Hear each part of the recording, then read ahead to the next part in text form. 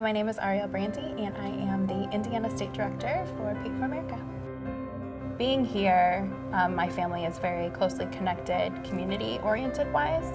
My grandmother was the first African-American to serve as the secretary for our school corporation, one of the first secretaries for our county government, and she also was a civil rights icon here locally. And then my mom's been in community service for over 20 years now. Having that kind of perspective kind of really shaped me to understand that I wanted to help people.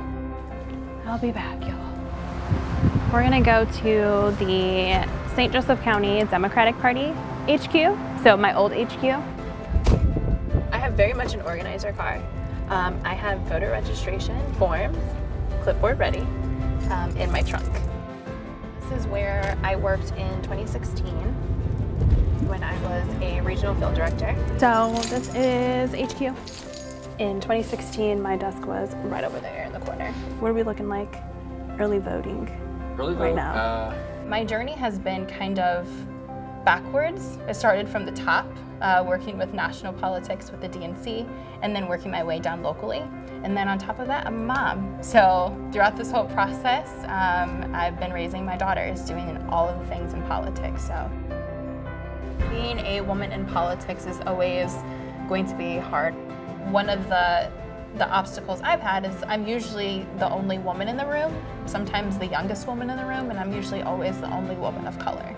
And so one of the things that I always usually try to do is make sure that when I sit down at the table, the question is always, what are you going to do for people that look like me, and what are you going to do for women, and especially working women and working moms. When did I first learn about Mayor Pete? It would be when he ran for mayor. Uniquely, me and Pia have had a very strong relationship community-wise. We've worked on a lot of projects together. He's been very supportive of me as a young professional. Sometimes it still hasn't hit me yet because I just know him as Pete. You know what I mean? I just know him as my mayor.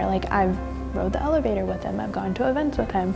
I've seen him on the street. He knows me by name. It's a once-in-a-lifetime opportunity with a once-in-a-generation candidate to be a woman and to also be a woman of color. I'm Black and I'm Latina. So for me to be able to have a position like this is very, very special to me. If you ever see Pete out in the community, you always know that there is a woman standing right next to him. For me, one of the things that's very important is valuing the voices of women of color.